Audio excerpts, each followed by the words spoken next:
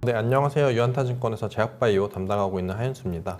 이제 리가켄바이오 관련된 자료 작성했고요. 리가켄바이오 같은 경우는 이제 최근에 리가켄바이오가 지난해 존슨앤존슨의 기술 이전했던 트랍2 ADC 관련돼서 리가켄의 데이터는 아니지만 주요 경쟁사인 아스트라제네카라던가 아니면 길리어드가 올해 임상 결과들을 많이 발표를 하면서 트랍2에 대한 얘기들을 조금 드리도록 하겠습니다. 이제 트랍2 같은 경우는 다수의 고형 종양암에서 높은 빈도로 좀 발현이 되는 항원으로 잘 알려져 있다 보니까 이제 트랍2를 고형암의 타겟으로 해서 개발을 하겠다라는 전략들이 많이 있었고, 트랍2에 대한 ADC들도 좀 기대들을 많이 받아왔다라고 좀 보시면 될 것 같습니다. 그리고 이제 트랍2 같은 경우를 그러다 보니까 이제 20년대 초에 이제 길리어드 같은 경우는 이뮤노메딕스를 이제 한 210억 달러 주고 인수를 하면서 트랍2 ADC들을 확보를 했는데, 그 당시 같은 경우는 이제 트랍2 같은 경우가 주로 적응적으로 기대를 했던 부분은 비소세포 폐암도 있겠지만 이제 유방암 중에서 호르몬 수용체라던가 아니면 헐투라고 하는 수용체들이 모두 다 발현이 되지 않는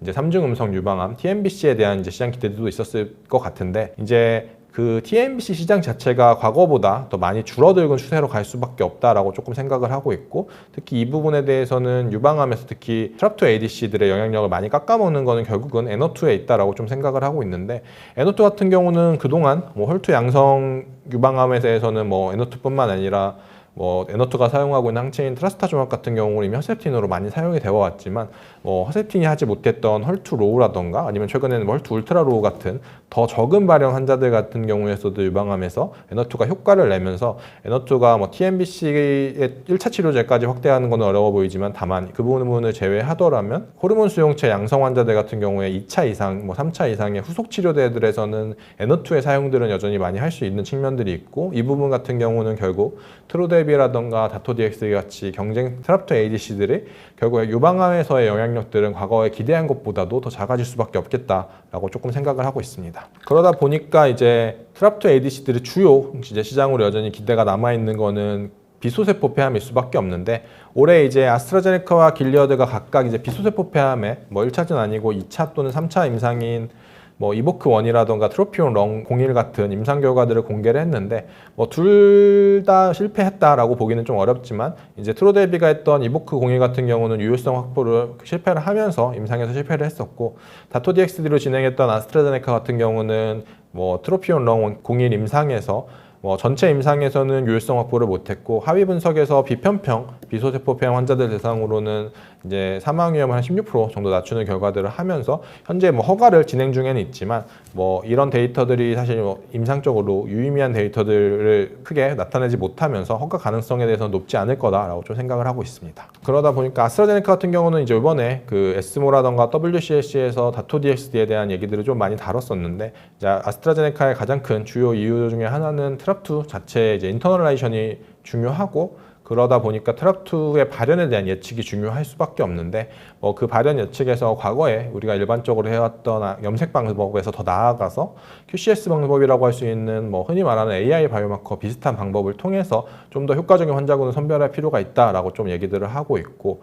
이 부분에 대해서는 트로데비 같은 경우도 여전히 비슷한 트랍2에 대한 여전히 바이오마커들을 찾지 못한다는 측면에서는 트랍2 바이오마커에 대한 더 명확한 좀 연구 등이 필요하겠다라고 좀 생각을 하고 있습니다. 그렇다면 이제 경쟁 트랍2라고 할 수 있는 트로데비나 이제 다토DXD 같은 경우가 둘 다 임상에서 좋지 못한 결과들을 보이는 반면에 레가켐의 L1284 같은 경우는 어떤 차이가 있을까라는 거에서, 일단 첫 번째는 페이로드 방출 속도가 빠르다라는 것들이 가장 큰 장점인데, 이제 L1284 같은 경우는 리가켐이 쓰고 있는 베타글루코로니데이즈 기반의 이제 링커 기술을 사용을 하다 보니까, 이제 링커 같은 경우는 베타글루코로니데이즈 링커 같은 경우는 혈중에서 높은 안정성을 가지는 것도 하나의 장점이지만, 두 번째 장점으로는 종양세포 내로 인터널라이제이션이 되고 나서 매우 빠르게 페이로드라고 할 수 있는 독성 물질을 방출한다라는 것들이고, 이 페이로드 방출에서 특별히 중요한 빠르게 방출하는 것들이 가지는 가장 큰 의미는 결국 단기에 높은 페이로드 농도를 구현할 수 있다 보니까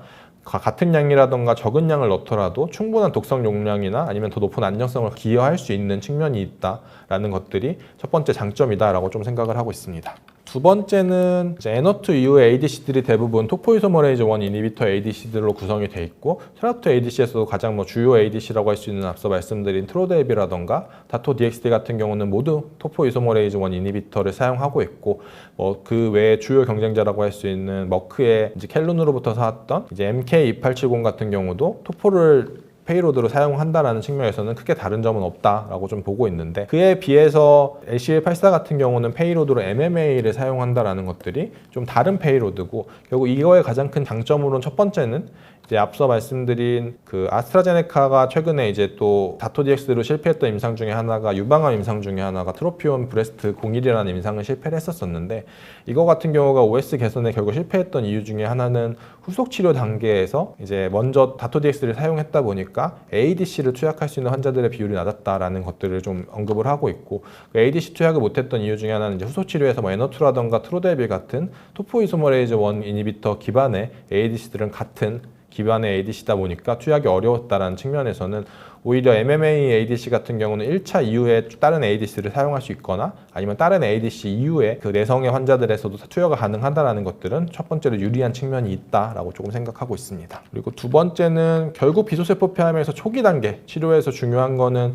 현재 이제 EGFR이라던가 ALK 같은 변이가 있는 NSCH 환자들을 제외하면은 대부분의 환자들은 결국 키트루다와 화학요법 병용을 사용하고 있는데 ADC와 키트루다 병용으로 시장을 좀 변화를 할 수 있는 가능성이 있고 그거에 대한 경쟁들이 결국 중요하다는 측면에서는 토포이소머레이즈 1 이니비터보다는 MMA 이니비터를 사용하고 있는 ADC 같은 경우가 키트루다 병용요법에서 이미 작년에 방광암 임상인 패드스텝과 키트루다 병용요법에서 매우 우수한 데이터들을 공개를 하면서 이제 MMA와 키트루다 병용요법이 충분히 효과적이다라는 것들을 좀 검증을 했다라는 측면들은 결국 이번에 LCB84가 진행하고 있는 임상 원투상 데이터에서 이제 키트루다를 비롯한 면역항암제와 병용하는 임상 코호트군이 있는데 이제 그 병용 코호트에서 긍정적인 결과들을 조금 보임에 따라서 더 검증이 가능할 거다라고 생각하고 있고 거기에 따라서 이제 존슨앤존슨의 2억 달러의 마일스톤 지급도 좀 가능하겠다라고 좀 기대를 할 수 있겠다라고 생각하고 있습니다. 그래서 리가캠에 대해서는 매수 의견과 함께 목표 주가 14만 원을 좀 제시를 드리고요. 24만 원 같은 경우는 앞서 말씀드린 LCB84에 대한 가치들을 반영을 많이 좀 드렸다라는 측면들, 특히 LCB84 중에서는